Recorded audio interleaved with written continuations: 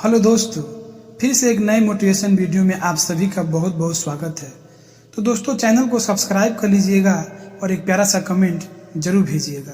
दोस्तों, इस कहानी से हमें ये प्रेरणा मिलती है कि शिक्षा ही सर्वोपरि है, शिक्षा ही हर समस्या का समाधान है।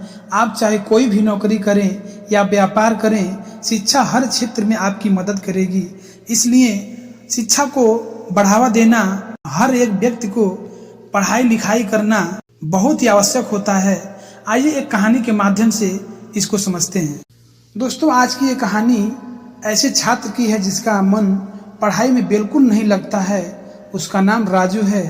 राजू अपने माता पिता के साथ एक छोटी सी झोपड़ी में रहता था। पिता दिहाड़ी मजदूरी करते थे, जिनको घर का खर्चा चलाने में बहुत दिक्कत होती थी। राजू को पढ़ाई करना कतई पसंद नहीं था और खासकर गणित और अंग्रेजी में तो उसे बहुत ही डर आती थी। इस बात से राजू के पिता बहुत चिंतित थे। एक दिन राजू के पिता ने राजू से पूछ ही लिया कि तुम आगे भी पढ़ना चाहते हो?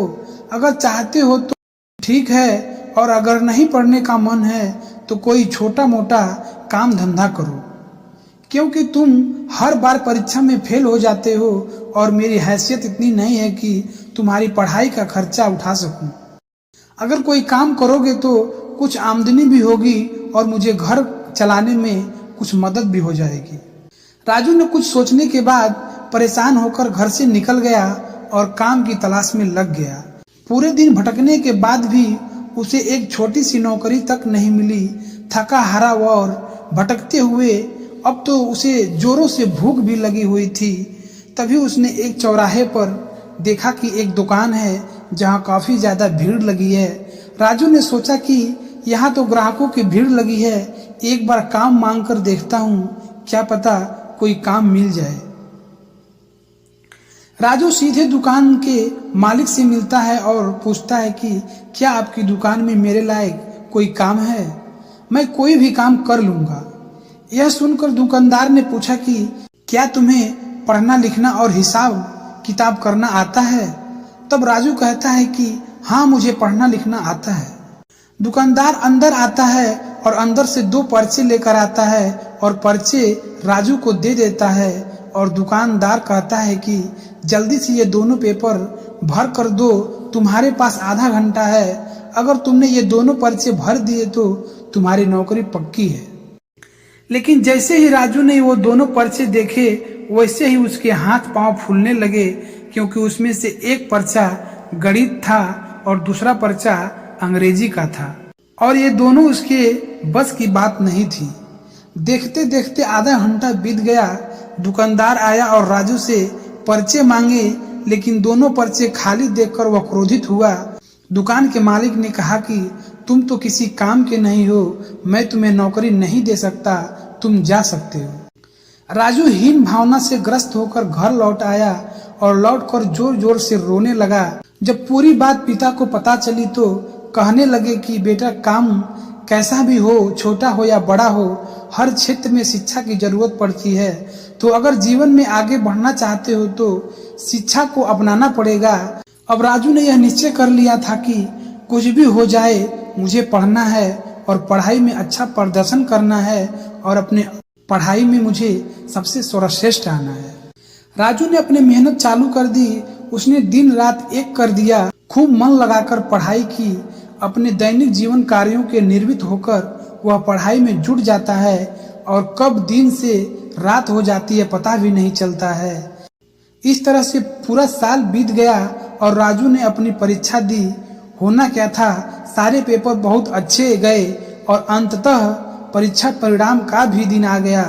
जब राजू ने अपना परिणाम देखा तो वह खुशी से इतना फूल उठा, क्योंकि उसका नाम जिले के प्रबड़ीय सूची मेरिट लिस्ट में आ गई, पहले नंबर पर थी। यह देखकर राजू के माता पिता के आंखों में खुशी के आंसू झलक उठे।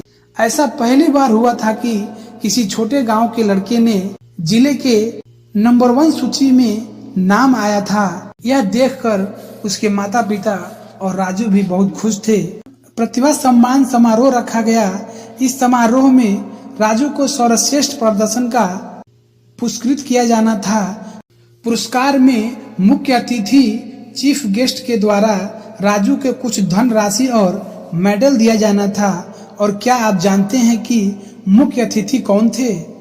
मुख्य अतिथि वही दुकान के मालिक थे जिन्होंने राजू को यह कहकर काम नहीं दिया था कि तुम तो किसी काम के नहीं हो, मैं तुम्हें काम नहीं दे सकता। जब पुरस्कार दिया गया तो दुकान के मालिक ने राजू को पहचान लिया और आश्चर्यचकित होकर बोलने लगा कि तुम तो वही हो जो मेरी दुकान पर काम मांगने के लिए आए थे, लेकिन मैं तुमसे बहुत प्रसन्न हूँ कि तुमने ये श्रेष्ठ प्रदर्शन किया है। मैं चाहता हूँ कि तुम आगे भी इसी तरह मेहनत करके पढ़ते जाओ, आगे बढ़ते जाओ और आगे से तुम्हारी पूरी पढ़ाई का खर्चा मैं देता रहूंगा। इस बात को सुनकर राजू बहुत खुश हुआ। राजू ने अपनी पढ़ाई ऐसे ही आगे जारी रखी।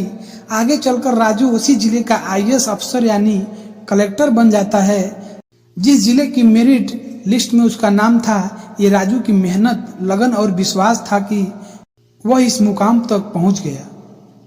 दोस्तों, इस कहानी में हमें प्रेरणा मिलती है कि शिक्षा ही सर्वोपरि है, शिक्षा ही हर समस्या का समाधान है। आप चाहे कोई भी नौकरी करें या व्यापार करें, शिक्षा हर क्षेत्र में आपकी मदद करेगी।